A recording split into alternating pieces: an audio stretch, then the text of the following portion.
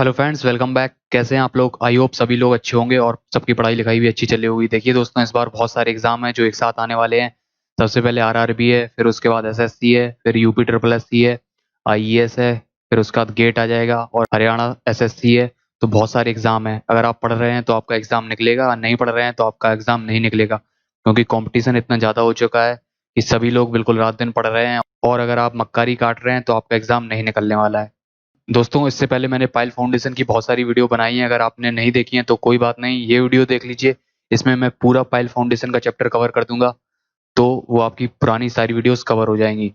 तो इससे पहले मैं आपको बता दूं, अगर आपने सैलो फाउंडेशन का चैप्टर नहीं देखा है तो मैं उसकी लिंक डिस्क्रिप्शन में दे दूंगा, आप वहां से आके देख लीजिए। तो इस वीडियो में मैं कवर करूंगा types of pile based on their action, types of pile based on their method of installation, types of pile based on material, ultimate load carrying capacity of pile QUP, ultimate load carrying capacity निकालने के लिए कौन कौन से फॉर्मूले हैं, static, analytic method, dynamic method, field method, SPT, CPT. तो ये सब पढ़ेंगे। डायनामिक मेथड में इंजीनियरिंग न्यूज़ रिकॉर्ड फार्मूला, यहाँ पे है हाइलीज फार्मूला, यहाँ पे फील्ड मेथड में प्लेट लोड टेस्ट है, यहाँ पे स्टैंडर्ड पेनिट्रेशन टेस्ट पढ़ेंगे, फिर कोन पेनिट्रेशन टेस्ट पढ़ेंगे, नेगेटिव स्किन फ्रिक्शन क्या होता है, अंडर रीम्ड पाइल क्या होती है, इसके लिए कैसे अल्टीमेट लोड कैरिंग कैपेसिटी का फॉर्मूला निकालते हैं, ग्रुप एक्शन ऑफ पाइल क्या होता है, इसके लिए लोड कैरिंग कैपेसिटी का फॉर्मूला कैसे निकालते हैं, ग्रुप सेटलमेंट रेशियो क्या होता है, ग्रुप एफिशिएंसी क्या होती है, group settlement ratio in sand क्या होता है। तो ये सारी चीजें हम लोग एक घंटे में कवर कर लेंगे, तो आप ये वीडियो देखते रहिए। तो चलिए स्टार्ट करते हैं।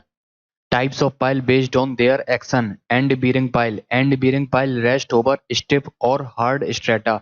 तो जो एंड बीरिंग पाइल होती हैं वो स्टिफ और हार्ड स्ट्रेटा पे रखी होती हैं, या तो नीचे रॉक होती है या बहुत ही कठोर जमीन होती है। तो इसको हम लोग नीचे जमीन में गाड़ते जाते हैं और जब नीचे बहुत ही कठोर सतह आ जाती है तो ये उसी पे स्थिर हो जाती है। The load carrying capacity is due to end bearing action और point resistance. The length of such pile depends upon position of stiff strata. तो इसकी जो लोड कैरिंग कैपेसिटी होती है वो क्यू ईबी के बराबर होती है। जितनी नीचे से ये बेस रेजिस्टेंस आएगा बस उतना ही ये लोड ले पाएगी। और इस पाइल की लेंथ डिपेंड करती है कि कितने नीचे ये रॉक स्ट्रेटा मिल रहा है, तो उतनी गहराई तक हम लोगों को इस पाइल को नीचे गाड़ना पड़ेगा। ऊपर से लोड आ रहा है क्यू यूपी, अल्टीमेट लोड है यू से अल्टीमेट, और इसकी जो अल्टीमेट लोड कैरिंग कैपेसिटी हो गई है वो क्यू यूपी बराबर क्यू ईबी के बराबर हो गई है। ई मतलब एंड बीरिंग। फ्रिक्शन और hanging pile.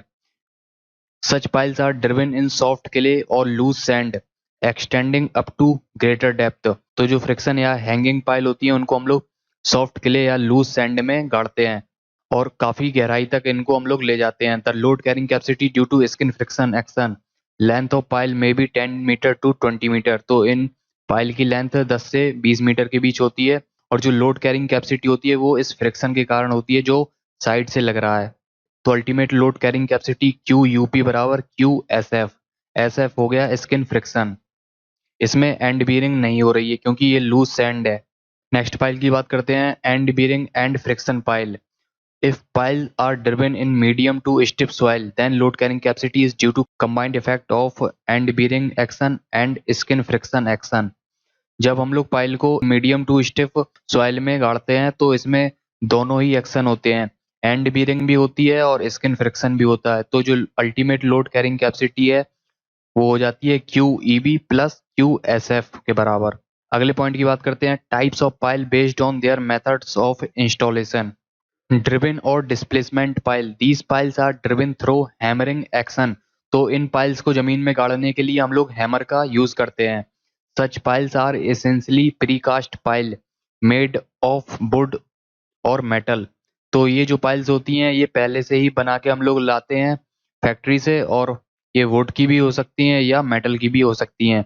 In driven pile end bearing resistance and skin friction resistance both are efficiently developed.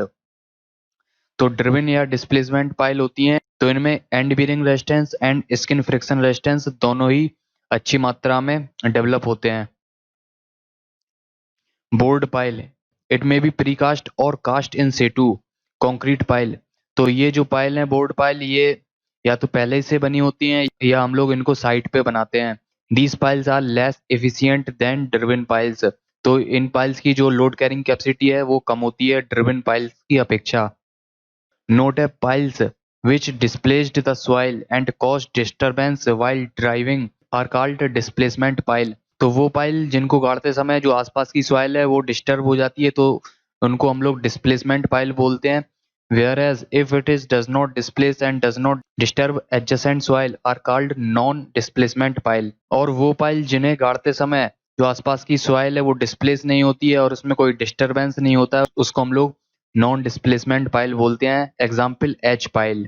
Types of pile based on their function. Function के आधार पर पाइल कितने प्रकार की होती हैं। Compaction pile, these are driven in loose sand in order to increase its density and bearing capacity. तो जो कॉम्पैक्शन पाइल होती हैं इनको हम लोग लूज सैंड में गाड़ते हैं। तो लूज सैंड में गाड़ने से क्या होता है, लूज सैंड की डेंसिटी इंक्रीज हो जाती है और उसकी बेरिंग कैपेसिटी भी इंक्रीज हो जाती है।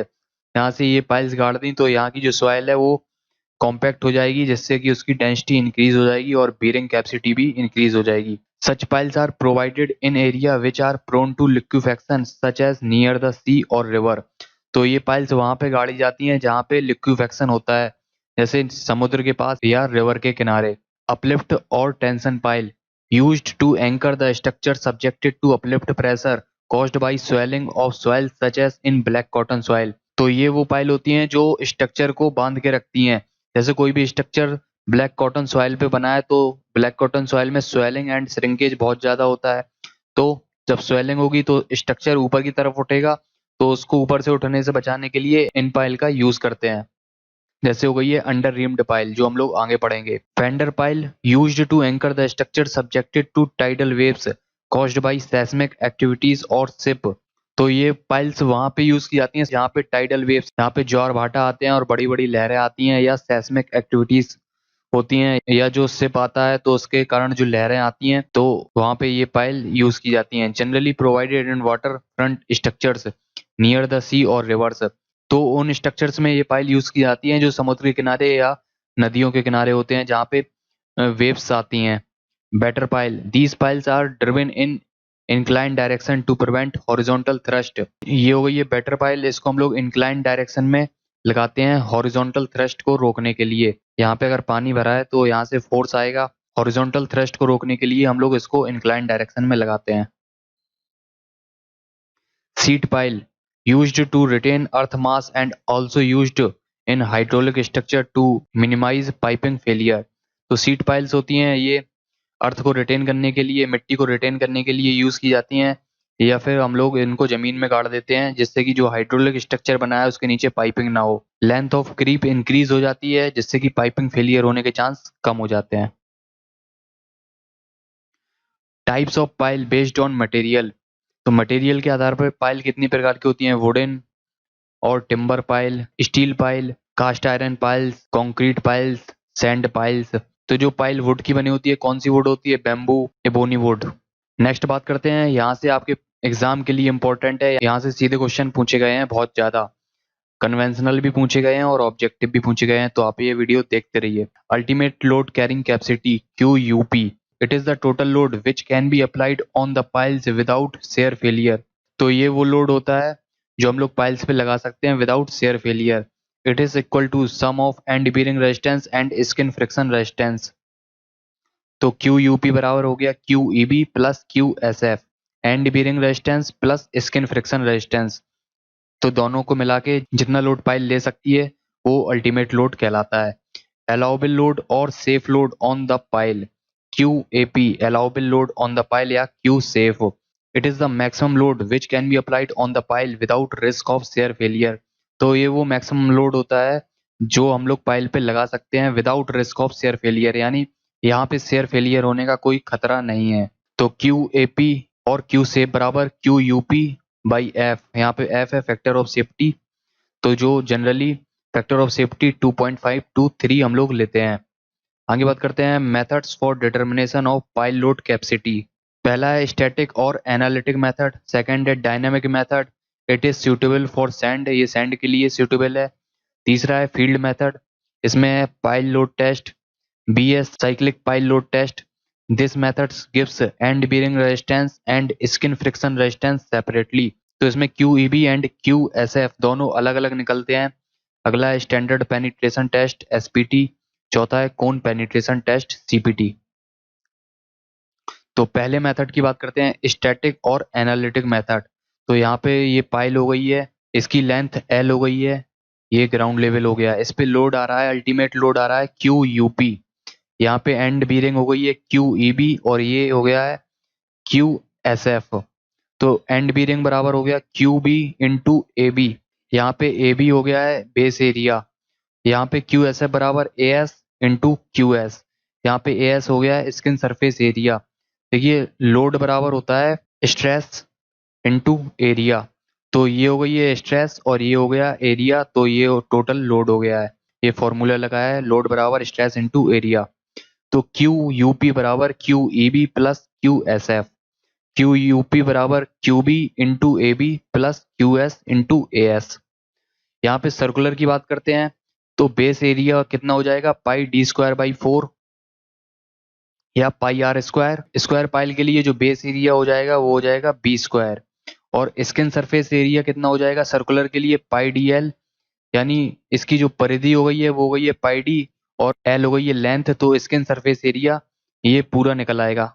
और स्क्वायर पाइल के लिए 4b इंटू एल, 4b इसकी हो गई है परिधि पेरीमीटर और एल से लेंथ से मल्टीप्लाई कर देंगे तो इसका पूरा स्किन सरफेस एरिया निकल आएगा। यहाँ पे हम लोग पहले ही बात करते हैं किले की, इसके लिए अल्टीमेट लोड बेरिंग कैपेसिटी क्या होगी। तो यहाँ पे ये क्यूबी क्या है, क्यूबी है यूनिट बेस रेजिस्टेंस और ultimate bearing capacity at base as per Meyerhof. QB बराबर हो गया सी एन सी, तो यहाँ पे हम लोगों ने एनसी की वैल्यू 9 रखी तो ये 9c हो गया। सी है यहाँ पे unit cohesion eight the base, Q S unit skin friction resistance और यूनिट एडिशन, तो क्यू एस बराबर है अल्फा इंटू सी बार। सी बार है यहाँ पे average cohesion along the side, यहाँ पे जो साइड पे कोहेजन लग रहा है उसका हम लोग एवरेज ले रहे हैं, average cohesion along the side.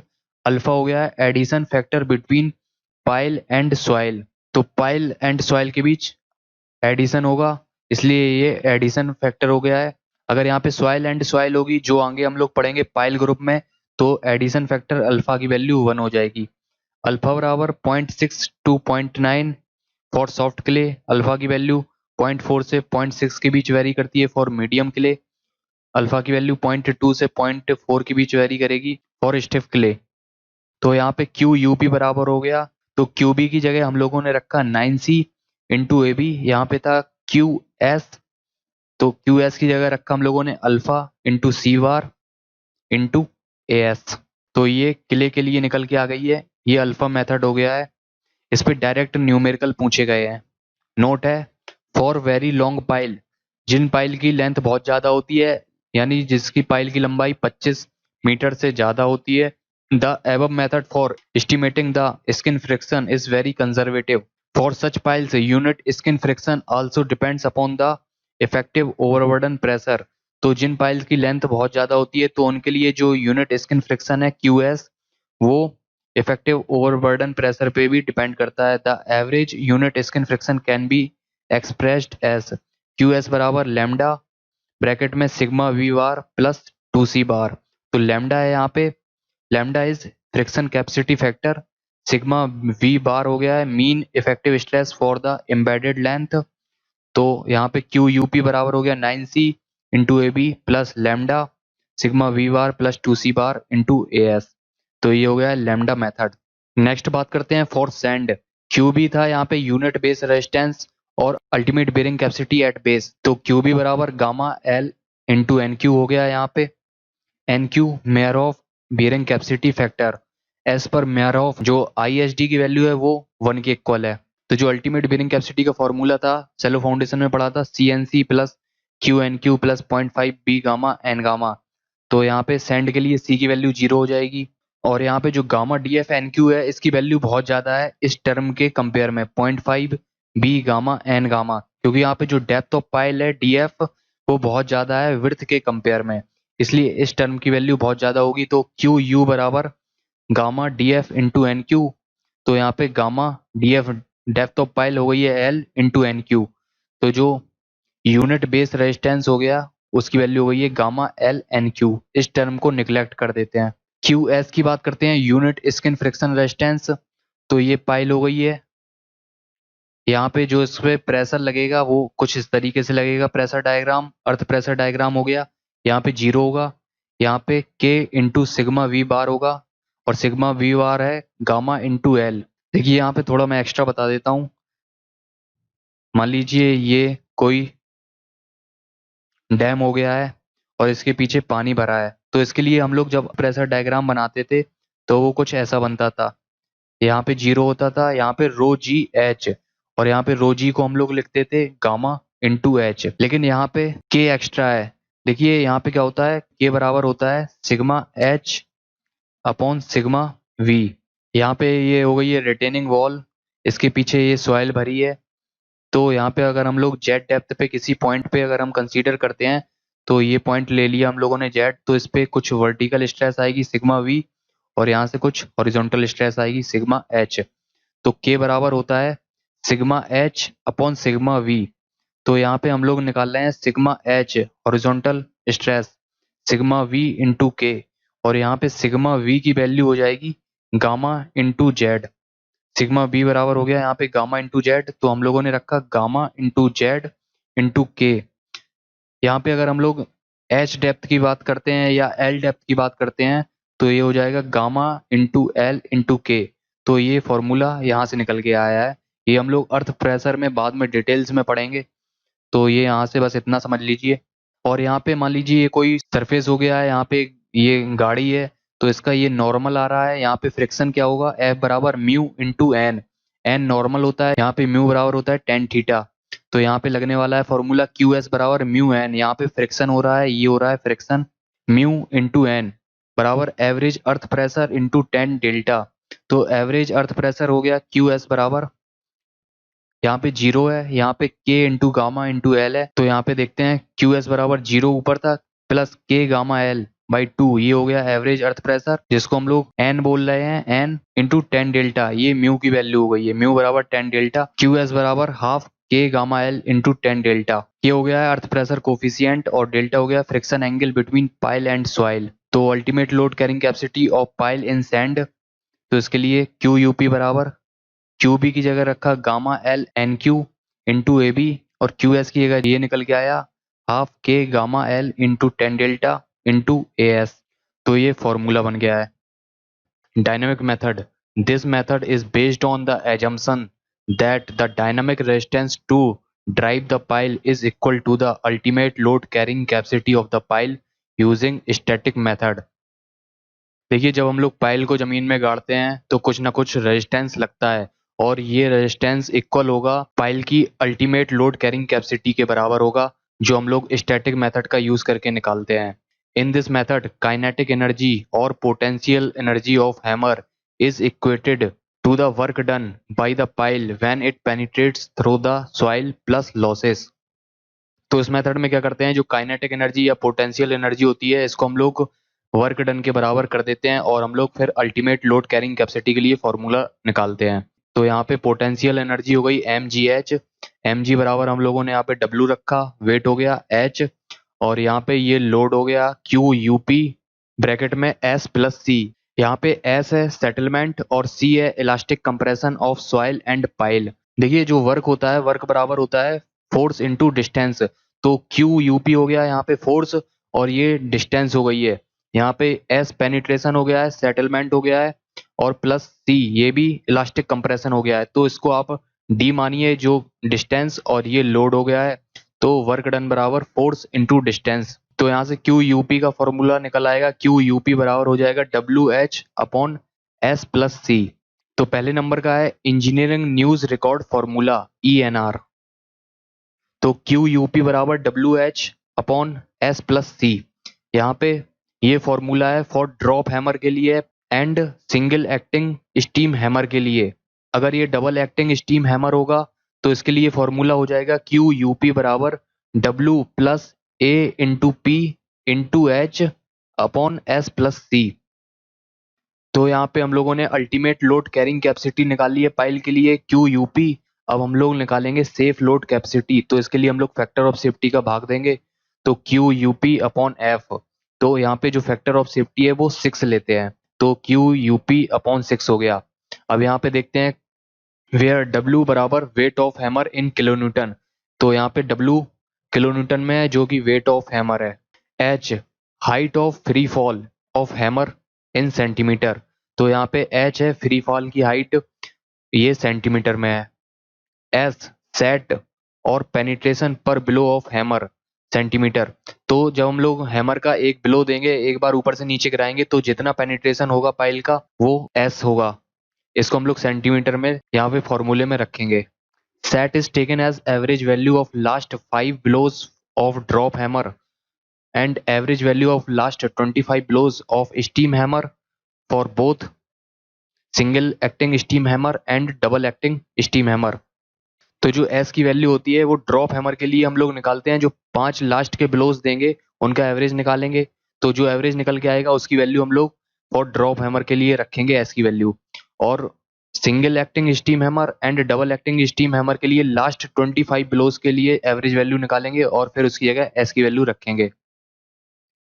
C a constant which accounts for elastic compression of pile and soil.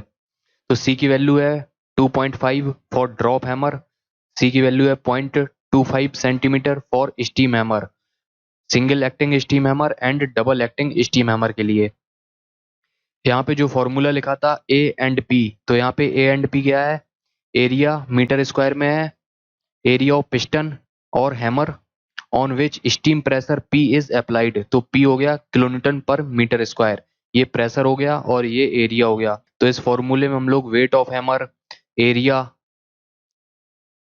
Pressure, height of free fall, यहाँ पे ये सेट हो गया, पेनिट्रेशन, और ये हो गया कांस्टेंट फॉर इलास्टिक कंप्रेशन। तो ये सारी वैल्यू आपको एग्जाम में दे रखी होंगी, आपको अल्टीमेट लोड निकालने के लिए कहा जाएगा, तो ऐसे आप निकाल सकते हो। और यहाँ पे फैक्टर ऑफ सेफ्टी ये बिल्कुल आप याद कर लीजिए, यहाँ पे 6 लेते हैं। नेक्स्ट है हिलीज फॉर्मूला। तो ultimate load carrying capacity of pile equal to eta H into eta B bracket में W H upon S plus C by two. Safe load carrying capacity क्या हो जाएगी, क्यू सेफ बराबर Q UP upon factor of safety. यहाँ पे जो factor of safety है वो हम लोग 3 लेते हैं। यहाँ पे सेम नोटेशंस हैं, W weight of hammer in kilo newton, H height of free fall in centimetre, S set in centimetre, C elastic constant which accounts for elastic compression of pile, soil and pile cap. तो ऊपर वाले में यहाँ पे elastic compression of soil and pile था, और लेकिन यहाँ पे जो है पाइल कैप भी ले लेते हैं हम लोग। तो देखिए पाइल कैप क्या होती है, ये पाइल है और इनको हम लोग एक कंक्रीट की स्लैब के साथ सबको जोड़ देते हैं, तो ये कहलाता है पाइल कैप। ये इसलिए बनाते हैं क्योंकि जो ऊपर से लोड आ रहा है वो यूनिफॉर्मली डिस्ट्रीब्यूट हो सके सभी पाइल्स पे, और इनको एक साथ हम लोग कास्ट करते हैं, तो ये कहलाता है ऊपर वाला पाइल कैप। इलास्टिक कंप्रेशन क्या होता है, जैसे ही हम लोग लोड हटाते हैं तो जो सॉइल है या पाइल कैप है, ये पुनः अपनी प्रारंभिक स्थिति में आ जाते हैं, वो इलास्टिक कंप्रेशन कहलाता है। यहाँ पे ईटा एच है efficiency of hammer, eta H हो गया efficiency of hammer. For drop hammer eta H बराबर 1 लेते हैं। For single acting steam hammer के लिए ईटा एच की वैल्यू 0.75 टू 0.85 लेते हैं। For double acting steam hammer के लिए ईटा एच की वैल्यू 0.7 से लेके 0.8 के बीच लेते हैं। ईटा बी, यहाँ पे ईटा बी है efficiency of hammer blow, it accounts for energy loss during impact. देखिए जब पाइल के ऊपर हम लोग हैमर से इम्पैक्ट कराएंगे तो कुछ ना कुछ एनर्जी का लॉस होगा, तो ये वही है ईटा बी। तो ये ईटा बी इंडिकेट करता है इफिशियंसी ऑफ हैमर ब्लो, कितनी इफिशियंट है, कितनी एनर्जी का लॉस हो रहा है और कितनी एनर्जी यूज हो रही है। It is defined as the ratio of energy of hammer after impact to the energy of the hammer before impact. तो इम्पैक्ट के बाद हैमर की कितनी एनर्जी है और इम्पैक्ट के पहले हैमर की कितनी एनर्जी थी, तो ये इसका रेशियो होता है ईटा बी। ईटा बी बराबर हो गया W plus E square into P upon W plus P. जब डब्ल्यू ग्रेटर देन होगा ई इंटू पी से, तब ये वाला फॉर्मूला लगाएंगे। ईटा बी बराबर W plus E square P upon W plus P minus W minus E P upon W plus P का whole square. ये फॉर्मूला कब लगाएंगे, जब डब्ल्यू जो वेट ऑफ हैमर है वो लेस देन होगा ई इंटू पी से। where E is coefficient of restitution between pile and hammer। Restitution मतलब वापसी, यानी जब हैमर पाइल से टकराता है तो कितने समय बाद वो उससे फिर वापस चला जाता है, तो वो ई की वैल्यू होती है। डब्ल्यू हो गया वेट ऑफ हैमर, पी हो गया यहाँ पे weight of pile. Field method पढ़ेंगे इसमें, पाइल लोड टेस्ट। तो ये प्लान एरिया हो गया है, ये वर्किंग पाइल हो गई है, और ये बीच में है टेस्ट पाइल। तो ये हो गई है टेस्ट पाइल। यहाँ पे ये जैक लगा है लोड मेजर करने के लिए, यहाँ हम लोग ऊपर से लोड लगाते हैं। ये डायल गेज लगा है सेटलमेंट मेजर करने के लिए। यहाँ पे हम लोग लोड वर्सेस सेटलमेंट कर्व बनाते हैं। ये ग्राफ बन गया। तो ये हो गया डेंस एंड स्टिफ सॉइल के लिए, और ये हो गया लूज और सॉफ्ट सॉइल के लिए। तो जो डेंस और स्टिफ सॉइल के लिए ये ग्राफ बना है, इसमें जो है क्लियर कट फेलियर मिलता है, यानी इस पॉइंट के बाद अगर हम लोग आगे लोड बढ़ाएंगे तो लोड तो बढ़ेगा नहीं, लेकिन सेटलमेंट होता चला जाएगा, यानी सॉइल शेयर में फेल हो जाएगी।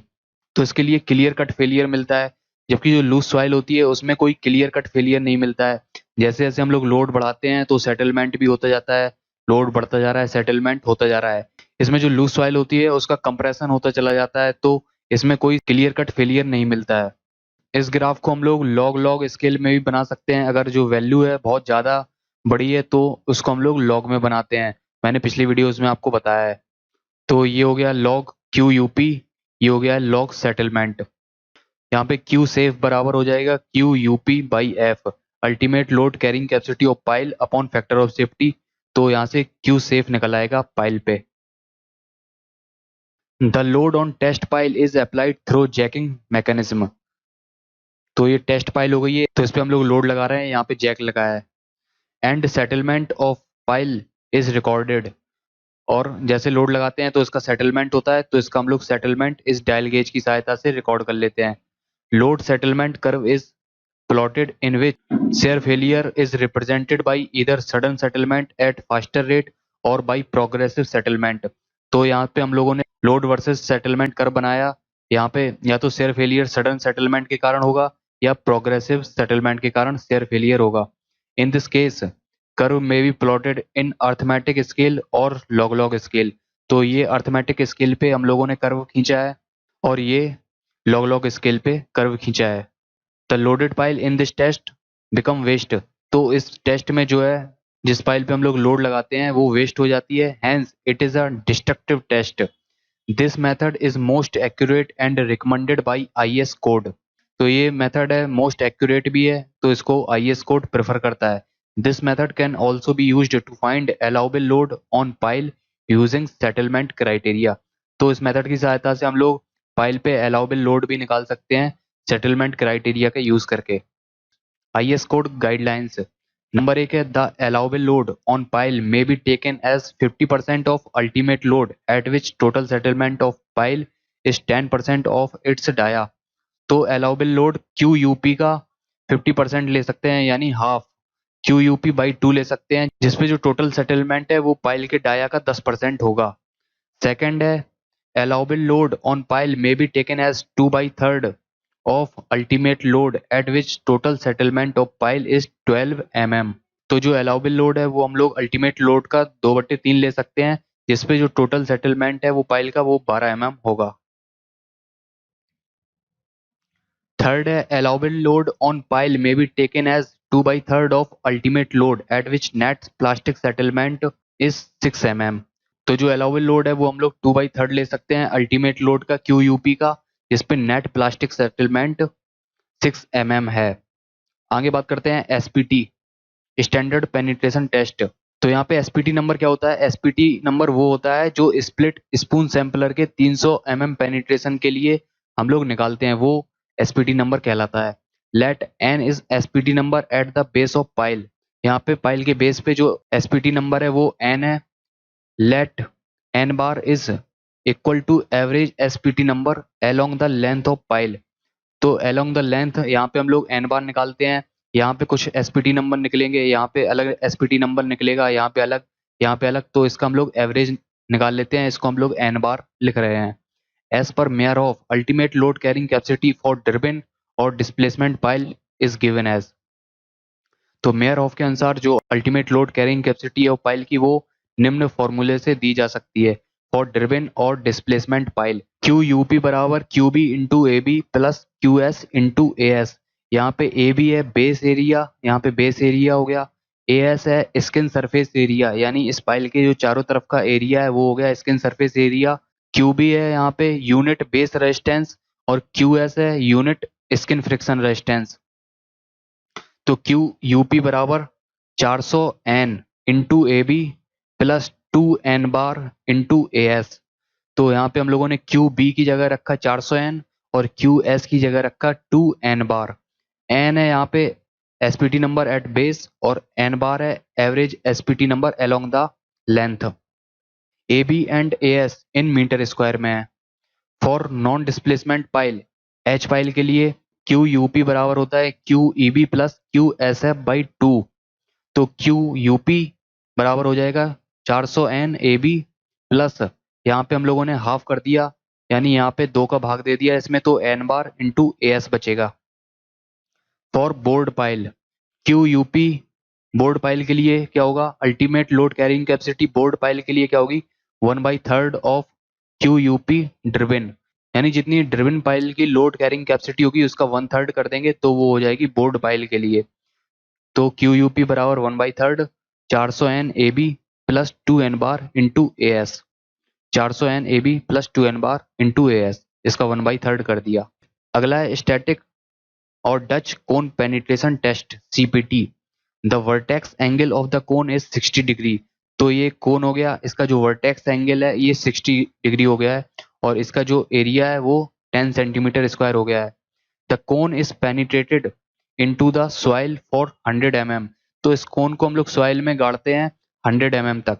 And when penetration is 100 mm the cone resistance of the soil is determined in kilogram per centimetre square.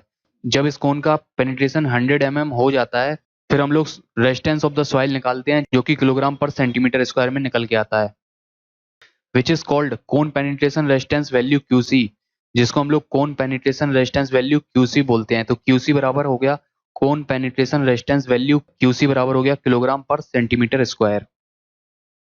Let QC is static cone resistance at the base of the pile in kilogram per centimetre square. तो जो QC निकला वो pile के base पे निकला है, यानी QC इस जगह पे निकला है। लेट QC bar is average static cone resistance of the soil over the depth of the pile, यानी हम लोगों ने पाइल के डिफरेंट सेक्शन पे क्यूसी की वैल्यू निकाली तो फिर उसका हम लोगों ने एवरेज निकाल दिया तो वो हो गया QC bar. Ultimate load carrying capacity for driven और डिस्प्लेसमेंट पाइल। तो ड्रिवन और डिस्प्लेसमेंट पाइल के लिए अल्टीमेट लोड कैरिंग कैपेसिटी क्या होगी, ये देखिए क्यूसी यहाँ पे हम लोगों ने निकाला बेस पे और QC bar along the length निकाला है। यहाँ पे निकालेंगे क्यूसी, यहाँ पे निकालेंगे क्यूसी, यहाँ पे निकालेंगे क्यूसी जो है कोन पेनिट्रेशन रेजिस्टेंस, तो फिर उसका हम लोग एवरेज ले लेंगे। यहाँ पे अल्टीमेट लोड कैरिंग कैपेसिटी क्या होगी Q B into A B plus Q S into A S.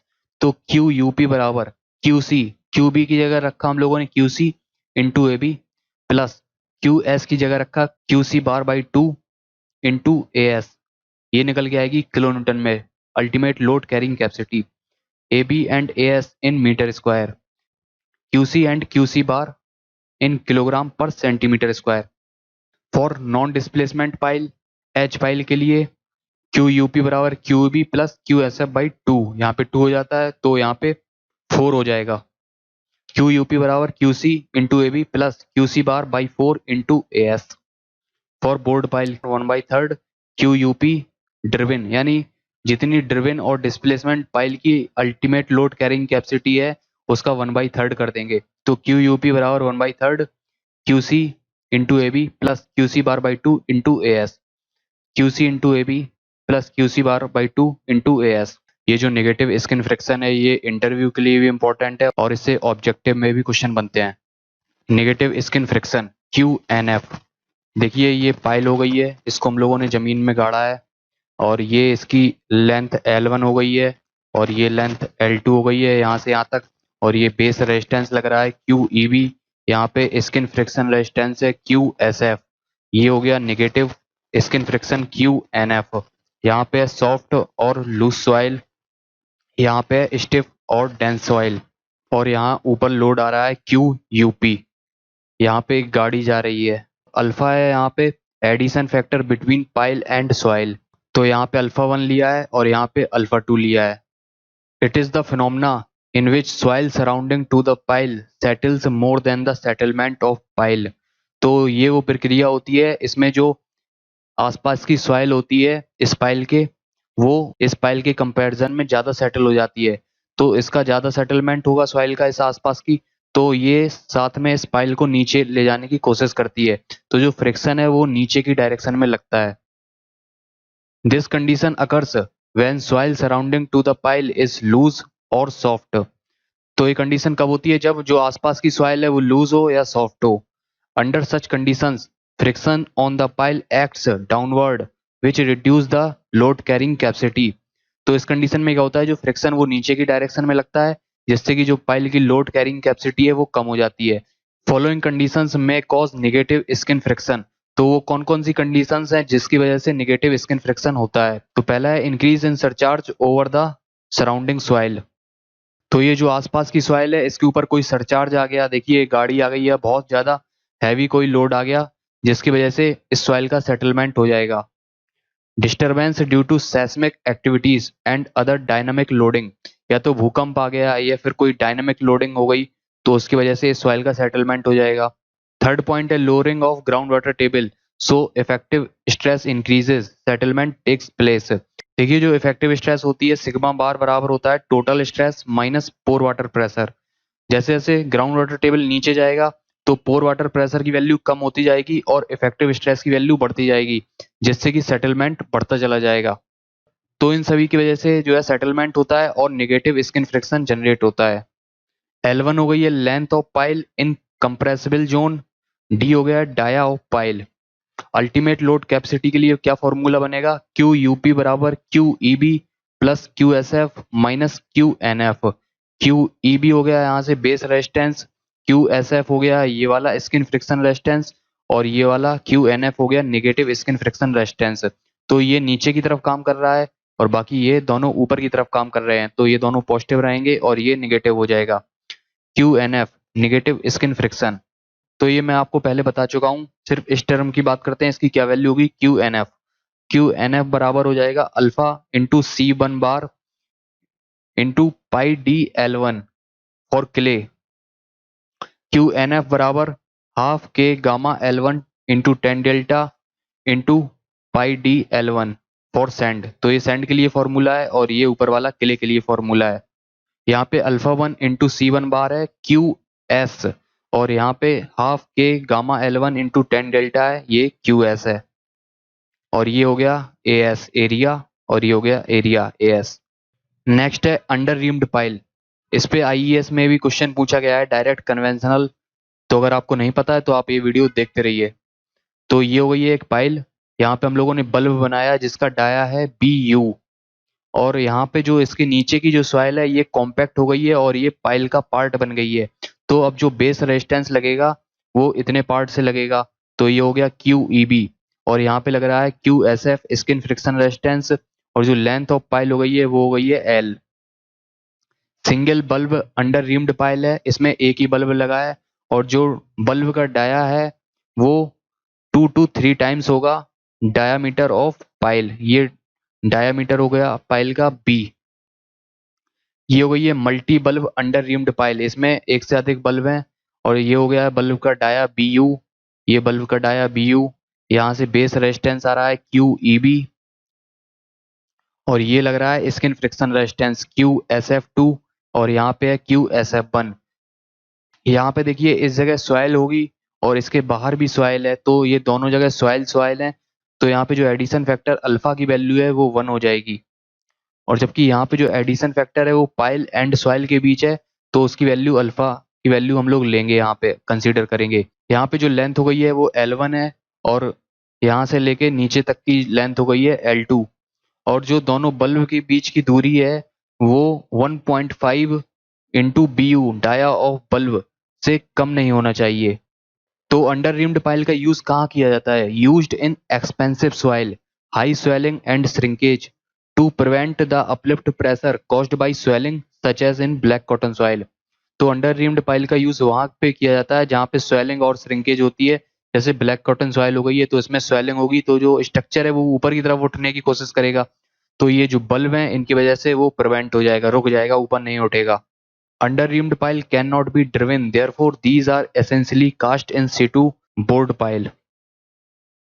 तो ये जो पाइल है इनको हम लोग सीधे जमीन में नहीं गाड़ सकते हैं, इसलिए हम लोग इनको वहीं पे बनाते हैं, और ये बोर्ड पाइल होती हैं। पहले गड्ढा खोदते हैं, फिर उसमें हम लोग ये पाइल बनाते हैं कंक्रीट भर के। The depth at which bulb should be placed should be in stable zone, it means there should be no fluctuation in water table. तो यहाँ पे जो बल्ब बना रहे हैं ये स्टेबल जोन में होना चाहिए। यहाँ पे जो पानी है उसका फ्लक्चुएशन नहीं होना चाहिए कि यहाँ पे ऊपर चला गया पानी फिर नीचे आ गया, तो यहाँ पे वो फ्लक्चुएशन नहीं होना चाहिए। तो ये बल्ब है स्टेबल जोन में हम लोग बनाते हैं। Due to bulb base resistance increases because the compacted soil below the bulb acts as part of the pile. तो जो बल्ब के नीचे की सॉइल है, ये जो बल्ब के नीचे की सॉइल है ये पाइल का पार्ट बन जाती है, और जिसकी वजह से ये बेस रेजिस्टेंस इंक्रीज हो जाता है। The bulb dia should be 2 to 3 times of shaft dia. तो जो डायामीटर ऑफ बल्ब है वो 2 से 3 गुना होता है इस शाफ्ट के डाया से। ये डायामीटर हो गया शाफ्ट का या पाइल का B. In multi bulb under reamed pile surface resistance also increases and minimum spacing centre to centre should not be less than 1.5 times of the bulb dia. तो multi bulb under reamed pile में क्या होता है, ये surface area बढ़ जाता है। देखिए यहाँ पे डाया बढ़ गया तो सरफेस एरिया भी बढ़ जाएगा। और जो इन दोनों बल्ब के बीच की डिस्टेंस है स्पेसिंग सेंटर टू सेंटर वो 1.5 BU से कम नहीं होना चाहिए। Ultimate load carrying capacity of single bulb under reamed pile, तो QUP बराबर QB into AB plus QS into AS। तो QB की जगह रखा हम लोगों ने 9C, और AB बेस एरिया हो गया पाई D स्क्वायर बाई 4। यहाँ पे जो D होगा डाया वो BU लेंगे क्योंकि यहाँ पे जो बेस रेजिस्टेंस है वो इतने से लग रहा है, plus alpha into C bar into पाई BL। तो अल्फा हो गया एडिशन फैक्टर, सी बार हो गया average cohesion along the side, pi BL ये हो गया स्किन सरफेस एरिया। नेक्स्ट है ultimate load carrying capacity of multi bulb under reamed pile, QUP बराबर QEB plus QSF1 plus QSF2। तो QUP बराबर हो गया 9C pi D square by 4। तो यहाँ पे डाया हो गया BU, बल्ब का डाया हो गया, प्लस अल्फा 1 इंटू C1 बार इंटू पाई BL1। तो ये इसके लिए हो गया L1, यहाँ पे अल्फा 1 है और C1 बार है। तो यहाँ पे SF1 की वैल्यू हो गई है और SF2 की वैल्यू हो जाएगी alpha 2 into C2 bar into pi BU L2। तो यहाँ पे जो अल्फा 2 है adhesion factor between soil and soil होगा यहाँ पे, इसलिए इसकी वैल्यू 1 हो जाएगी। Alpha 2 equal to 1, cohesion between soil and soil. Group action of pile, देखिए इंडिविजुअल पाइल हो गई है, इसके लिए जो स्ट्रेस जोन बनेगा वो कुछ इस तरीके से बनेगा। और यहाँ पे बहुत सारी पाइल हैं, यहाँ पे ये स्ट्रेस जोन सिंगल पाइल के लिए है, ये वाला स्ट्रेस जोन इस पाइल के लिए है, और ये वाला स्ट्रेस जोन इस पाइल के लिए है। जिस जगह पे ये ओवरलैप करते हैं वो हाईली स्ट्रेस जोन कहलाता है। और पूरे ग्रुप के लिए जो स्ट्रेस जोन बनेगा वो कुछ इस तरीके से बनेगा, कंबाइंड स्ट्रेस जोन। और जो पूरे ग्रुप के लिए स्ट्रेस जोन है उसकी डेप्थ ज्यादा होगी सिंगल के कंपेयर में।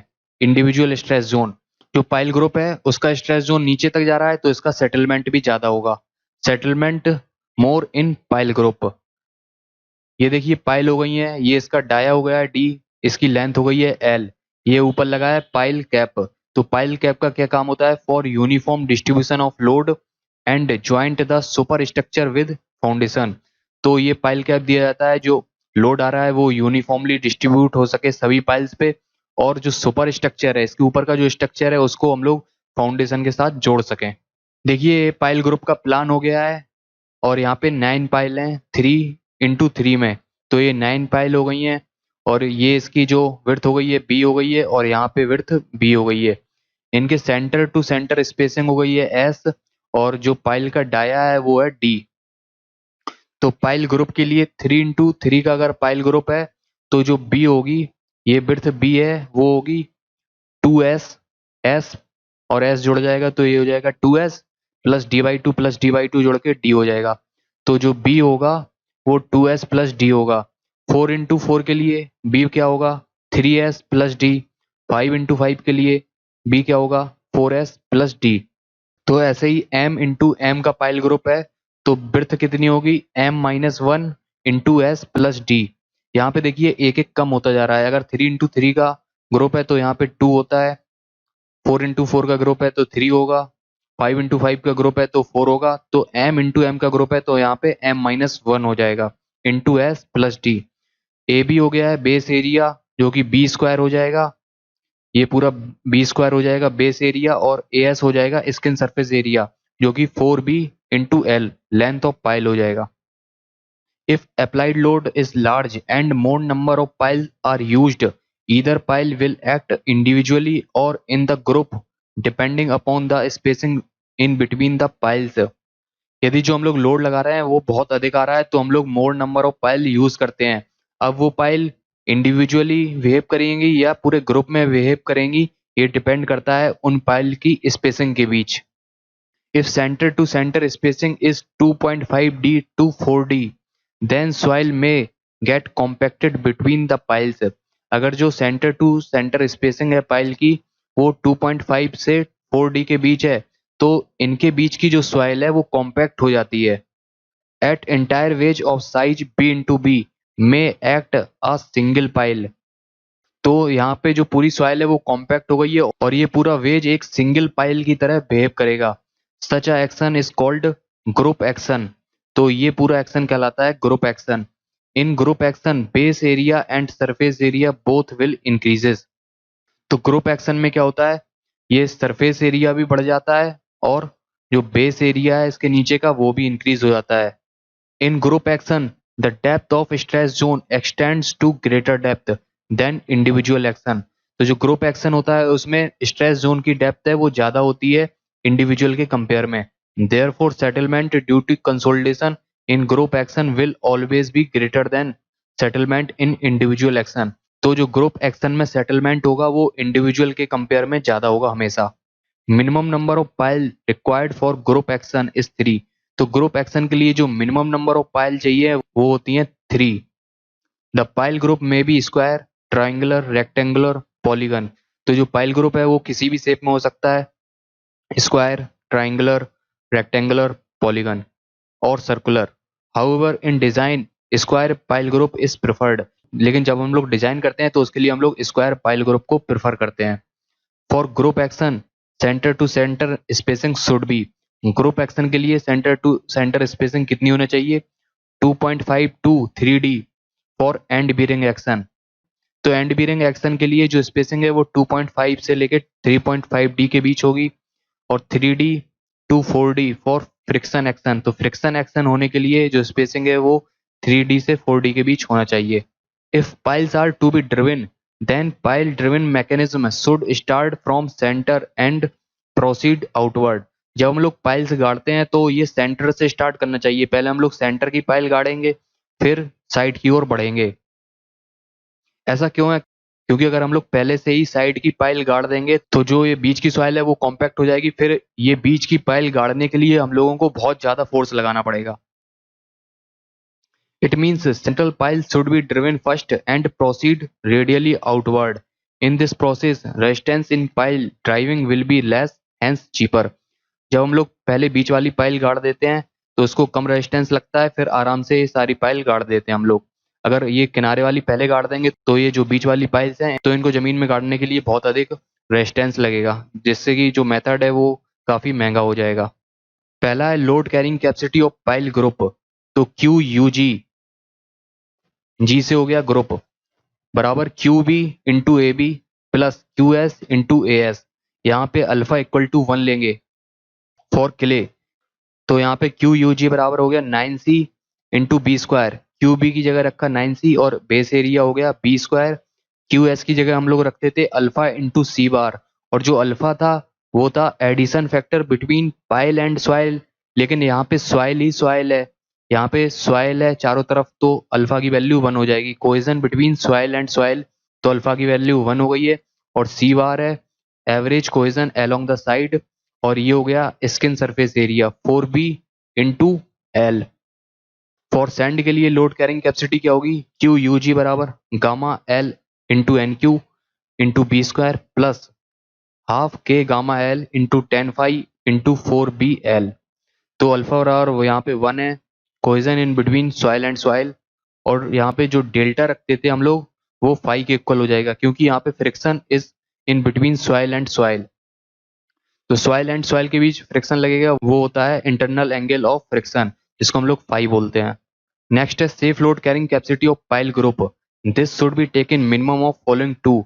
तो जो सेफ लोड कैरिंग कैपेसिटी है वो इनका मिनिमम, तो जो भी इनमें से मिनिमम निकल के आएगा वो हम लोग लेंगे लोड, वो होगा क्यू सेफ। क्यू सेफ बराबर Q U G by F, factor of safety है, और N into Q U P by F. Q U G हो गया load carrying capacity of pile group, और क्यू यू पी हो गया load carrying capacity of individual pile. तो यहाँ पे नंबर ऑफ पाइल से मल्टीप्लाई कर देंगे तो टोटल लोड कैरिंग कैपेसिटी निकल आएगी, और एफ से भाग देंगे फैक्टर ऑफ सेफ्टी से, तो इनमें से जो मिनिमम निकल के आएगा वो क्यू सेफ होगा। And number of piles in group, factor of safety हम लोग जनरली 2.5 to 3 लेते हैं। ग्रुप एफिशिएंसी क्या होती है, इसको हम लोग ईटा जी से लिखते हैं। It is the ratio of ultimate load carrying capacity of pile group to the ultimate load carrying capacity of all the piles under individual action. तो ये रेशियो होता है जो load carrying capacity pile group की है उसका upon जो सारी पाइल्स हैं वो कितना लोड ले पा रही हैं, तो ये इसका रेशियो होता है। इंटर जी बराबर Q U G upon N into Q U P. If इंटर जी ग्रेटर देन 1, यानी क्यू यू जी की वैल्यू ज्यादा होगी, then Q safe, safe load carrying capacity क्या हो जाएगी, N Q U P by F, क्योंकि यहाँ पे क्यू यू जी ज्यादा है, और हम लोगों ने अभी हाल पढ़ा था कि क्यू सेफ कौन सा होगा, जो मिनिमम होगा इन दोनों में से। फॉर डिजाइन जो इंटर जी है वो ग्रेटर देन और इक्वल टू 1 होना चाहिए। कन्वर्स लेवारे फॉर्मूला फॉर ग्रुप एफिशिएंसी, अगर ये आईएएस में आएगा तो ये नाम से पूछा जाएगा, ये फॉर्मूले पे सवाल नहीं आएगा। यह किसी भी पेपर में पूछा जा सकता है। जो कन्वर्स लेवारे फॉर्मूला है वो किसके लिए यूज किया जाता है, तो ये ग्रुप एफिशिएंसी निकालने के लिए यूज किया जाता है। तो इंटर जी बराबर ब्रैकेट में 1 minus 5 upon 90 bracket M into N minus 1 plus N into M minus 1 upon M N और इंटू 100। यहाँ पे फाई है arc 10 value equal to 10 inverse D by S. देखिए यहाँ पे जो डी हो गया वो डाया है, और ये फाई एंगल हो गया है, और ये एस स्पेसिंग हो गई है। तो फाई बराबर हो जाएगा 10 फाई बराबर हो जाएगा डी बाई एस। तो फाई बराबर 10 inverse D by S. M number of columns हैं, एन नंबर ऑफ रोज हैं, M and N are interchangeable. तो यहाँ पे हम लोग एम और एन को चेंज कर सकते हैं, तो रिजल्ट पे कोई अंतर नहीं आएगा, सेम ही रिजल्ट निकल के आएगा। Group settlement ratio GSR, it is defined as the ratio of settlement of pile group to the settlement of individual pile। तो ये रेशियो होता है settlement of pile group to the settlement of individual pile। तो SG हो गया pile group का settlement, और SI हो गया इंडिविजुअल पाइल का सेटलमेंट। तो जो SG है पाइल ग्रुप का सेटलमेंट, ये हमेशा SI से ज्यादा होगा। It is always greater than 1 and may be as high as 16। तो इसकी वैल्यू हमेशा एक से ज्यादा होगी और अधिक से अधिक 16 हो सकती है। Determination of settlement of pile group in clays, तो पाइल ग्रुप का सेटलमेंट निकाल रहे हैं हम लोग क्ले में। Case 1, when pile group is and bearing pile group. जो ये पाइल ग्रुप है ये एंड बीरिंग पाइल ग्रुप है, यानी इसमें ओनली बेस से रेजिस्टेंस आ रहा है, स्किन फ्रिक्शन रेजिस्टेंस नहीं आ रहा है। It means the soil below the base of pile is stiff clay whereas above the base of pile loose और सॉफ्ट। तो ये बेस ऑफ पाइल हो गया, इसके नीचे की जो सॉइल है वो स्टिफ क्ले है, और जबकि इस बेस ऑफ पाइल के ऊपर की जो सॉइल है वो सॉफ्ट क्ले है। तो ये पाइल ग्रुप हो गया, ऊपर ये पाइल कैप हो गई है, इस पे लोड आ रहा है क्यू। डी हो गया है पाइल का डाया, ये एल लेंथ हो गई है पाइल की। पाइल के बेस से ये यहाँ तक की डिस्टेंस हो गई है एच नॉट, ये कंप्रेसिबल जोन हो गया है जिसकी डेप्थ हो गई है एच नॉट। ये हो गया centre of compressible layer CC, इसकी डेप्थ हो गई है Z, Z equal to H naught by 2, ये सेंटर है कंप्रेसिबल जोन का। यहाँ पे जो लोड का डिस्ट्रीब्यूशन होगा वो 1 हॉरिजॉन्टल एंड 2 वर्टिकल में होगा। यहाँ पे हम लोग सिग्मा नॉट बार निकालते हैं, यानी इनिशियल इफेक्टिव स्ट्रेस निकालते हैं सीसी पे। ये डिस्टेंस हो गई है जेड बाई 2, और ये डिस्टेंस हो गई है जेड बाई 2, ये यहाँ से निकली है टेन थीटा लगा के, आप निकाल सकते हैं कैसे निकली है ये जेड बाई 2। तो step 0, assume an imaginary equivalent raft at the base of the pile group। तो पाइल के बेस में हम लोग एक इमेजिनरी इक्विवेलेंट राफ्ट मान लेते हैं जिसपे लोड लगता है। स्टेप फर्स्ट, डायग्राम, जो अभी हम लोगों ने पीछे देखा था डायग्राम वैसा बनाते हैं। Step second, H naught thickness, H naught हो गई है कंप्रेसिबल लेयर की thickness. Step third, sigma naught bar at the CC of compressible layer, तो सिग्मा नॉट बार है initial effective overburden pressure at CC when there was no loading, यानी initial effective stress निकालते हैं CC पे। Step four, load distribution in two vertical one horizontal, तो यहाँ पे n बराबर 1/2 हो गया। यहाँ पे डेल्टा सिग्मा बार निकालेंगे। डेल्टा सिग्मा बार है increase in effective stress due to applied load, तो हम लोग ऊपर से लोड लगाएंगे कुछ एक्स्ट्रा, उसकी वजह से इफेक्टिव स्ट्रेस कितनी इंक्रीज हो रही है तो वो निकालेंगे। डेल्टा सिग्मा बार फोर्स अपॉन एरिया, फोर्स हो गया क्यू, नीचे का जो एरिया है वो है B plus 2nz equal to B plus Z का होल स्क्वायर। देखिए यहाँ पे जो एरिया हो गया है वो हो गया है बी, और Z/2 प्लस Z/2 जोड़ेंगे तो ये हो जाएगा जेड, तो बी प्लस जेड का होल स्क्वायर, क्योंकि ये स्क्वायर बनेगा यहाँ पे तो ये बेस एरिया स्क्वायर हो जाएगा बी प्लस जेड का होल स्क्वायर। तो ग्रुप सेटलमेंट के लिए फॉर्मूला हो गया एस जी या डेल्टा एच बराबर H naught C C upon 1 plus E naught log bracket में sigma naught bar plus delta sigma bar upon sigma naught bar. ये जो फॉर्मूला है ये कंसोलिडेशन चैप्टर का है, अगर आपने नहीं पढ़ा है तो आपको अभी पता नहीं चलेगा ये कहाँ से आया है, तो कंसोलिडेशन का चैप्टर पढ़ेंगे तो उसमें फिर ये वाला फॉर्मूला फिर देखेंगे। तो यहाँ पे आपको सारी वैल्यू दे रखी होंगी क्वेश्चन में, H naught C C 1 plus E naught initial void ratio, और ये सिग्मा नॉट बार और डेल्टा सिग्मा बार आप निकाल लेंगे, तो इससे फिर हम लोग डेल्टा एच निकाल लेंगे। केस सेकंड की बात करते हैं, when pile are driven through uniform clay deposit and pile group acts as a friction pile, तो इसमें जो पाइल ग्रुप है वो एक फ्रिक्शन पाइल की तरह काम कर रहा है, इसमें बेस रेजिस्टेंस नहीं आ रहा है, तो इसका फिगर कुछ इस तरीके से बनेगा। इस पे लोड क्यों आ रहा है, इसमें जो इमेजिनरी इक्विवेलेंट राफ्ट मानते हैं वो 2/3 एल पे मानते हैं। यहाँ पे एल जो है वो लेंथ ऑफ पाइल है, यहाँ पे डी डाया हो गया है। जो लोड का डिस्ट्रीब्यूशन होगा 2 वर्टिकल 1 हॉरिजॉन्टल रेशियो में होगा। यहाँ पे हम लोग इनिशियल इफेक्टिव स्ट्रेस निकालेंगे सिग्मा नॉट बार, यहाँ से एच नॉट डिस्टेंस हो गई है ये, और इसका जो सेंटर हो गया है वो जेड डेप्थ पे हो गया है h0/2। It is assumed that applied load acts on an imaginary raft of B into B size of pile group at a depth of 2/3L from GL। तो जो इमेजिनरी राफ्ट है जिस पे load लग रहा है Q वो 2/3L पे हम लोग मानते हैं।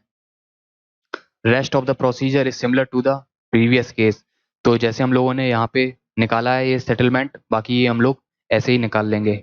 थर्ड केस की बात करते हैं, when pile are driven through two different layer of clay having different densities, let length of pile in top soft clay layer is L1 and embedded length in bottom stiff layer is L2।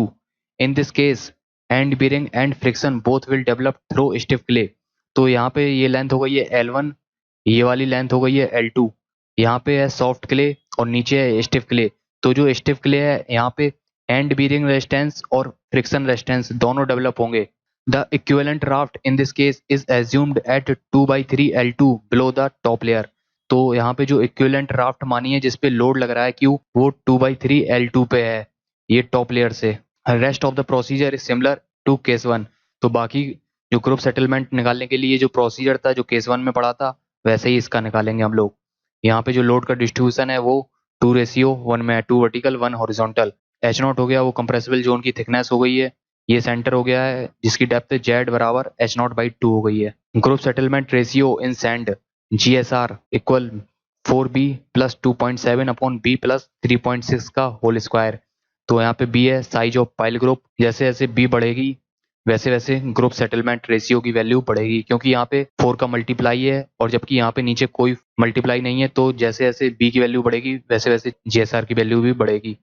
Guideline for design of pile group, for friction pile group length में be 10 metre to 20 metre, whereas for end bearing pile group length will be equal to the depth of hard strata. तो जो friction pile group होगा उसकी length 10 to 20 metre होगी, जबकि जो and bearing pile group होगा उसकी लेंथ डिपेंड करेगी कितने नीचे हम लोगों को हार्ड स्ट्रेटा मिल रहा है, उतनी नीचे तक हम लोग उसको ले जाएंगे। Diameter 0.3 metre to 0.9 metre, spacing 2.5D to 4D, but generally 3D is preferred। Number of piles, prefer square pile group such as 3x3, 4x4। group efficiency, it should be greater than or equal to 1। तो दोस्तों यहाँ पे pile foundation का आपका chapter खत्म हो जाता है। नेक्स्ट वीडियो में हम लोग पढ़ेंगे इफेक्टिव स्ट्रेस का चैप्टर। अगर अभी तक आपने सब्सक्राइब नहीं किया है तो सब्सक्राइब कर लीजिए और साथ में बेल आइकन को प्रेस कर दीजिए, जिससे कि आने वाली वीडियोस का आपको नोटिफिकेशन मिलता रहे। Thank you.